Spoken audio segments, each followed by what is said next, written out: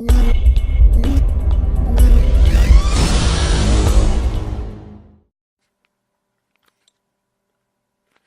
what's up, YouTubers? It is I, the Whalecakes, and I'm here to show some gameplay plus give some tips on The Last of Us multiplayer. Now, this videos that I'm gonna make maybe like 3-4 videos for the online, as it goes into really good depth in this game. It's a lot of teamwork. You have to rely on people. You can't go running around like Rambo, even though it is possible if you are the last person alive, as stash points will give you extra items, but we'll get into that later. Right now, this video is about learning how to play with people online. Now, as we all know, most PS3 players do not use their microphones, and if they do, they're people you know and you've invited into your parties. If not, and you're like me, you'll either be talking over Skype or you'll call your friend instead of being on the PS3 headset. As, I don't know, it's a weird thing where I'll get on the headset, but I don't know if it's the same for everyone, but I don't really like being on a headset and then there's no one talking. It's just me yelling out things, and then you get hate mail because you're yelling out orders to people, but you're only trying to help them. So this is kind of how to become intuitive to what the people around you are doing and how to watch their actions, know when to go help them, when to back off, or, you know, just in general, how to work together and have teamwork, because it's kind of, there is a language barrier. With no headphones, no sounds, the only thing you can rely off is watching your teammates, watching your map, tagging people, which people rarely do, which is weird, but people really should tag. Now, the first tip I want to give, and it's the most important one, if you see your teammate standing still, use your listen. Don't just run up on him, because maybe he's waiting for someone, or maybe he saw someone. So 9 times out of 10, I would just recommend you crawl your way to a teammate who's standing still. Now, if you're across a map, of course you can run to him, but if you notice that he's crawling really slow so he doesn't get picked up, that might mean that he saw an enemy and he's trying to sneak up on him. Because usually what I see happen, and it's happened to me, and I'm sure a lot of people have had this experience, you're trying to crawl up on someone and your teammate just comes out of nowhere running, you know, beaming as a red beacon of hope and shame on the radar. So the person you were stalking or trying to kill turns around, sees you plus your teammate, and you both get downed. Or you'll get down, your teammate doesn't revive you, and he runs away. So either way, it's a lost situation. So the first tip is, if you see your teammate standing still and you don't give away his position. I mean, if you want to go in there and steal the kill, by all means, just wait until your teammate has downed the guy, or if you want 5 points, you know, then yeah, you can go ahead and screw your teammate over if that's what your objective is. But if you really want to win the game, I would just recommend not giving away your teammate's position. The second thing, and it's like I said earlier, I really don't see people tagging or alerting.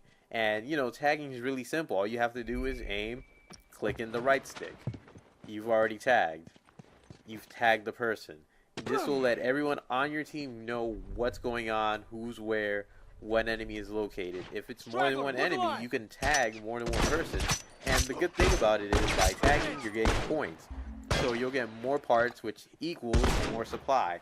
Because that's essentially what everyone's doing online, is trying to do the best they can to get supplies. If you don't have enough supplies, you don't get unlock points. You don't get unlock points, or you don't get supplies, you're not going to make it through the 12 weeks of survival that you're trying to survive online.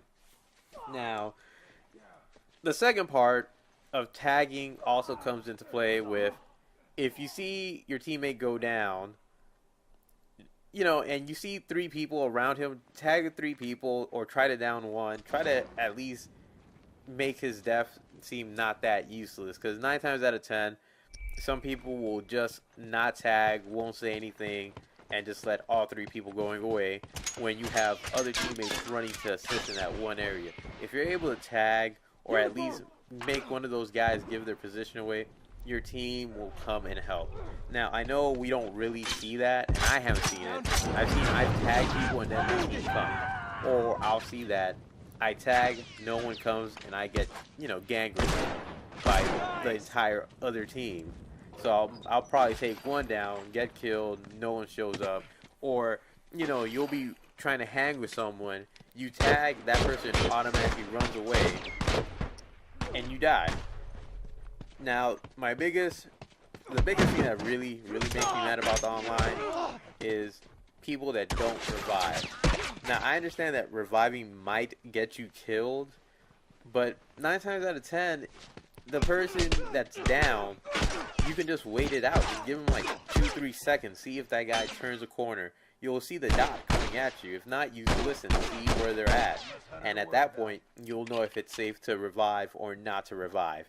And, you know, those are the main 3 things that I can point out that'll help you survive the online world is 1, tag, 2, stick by your teammates, 3, revive. Because the more you revive, not only are you going to get parts, but you're going to keep your team count up.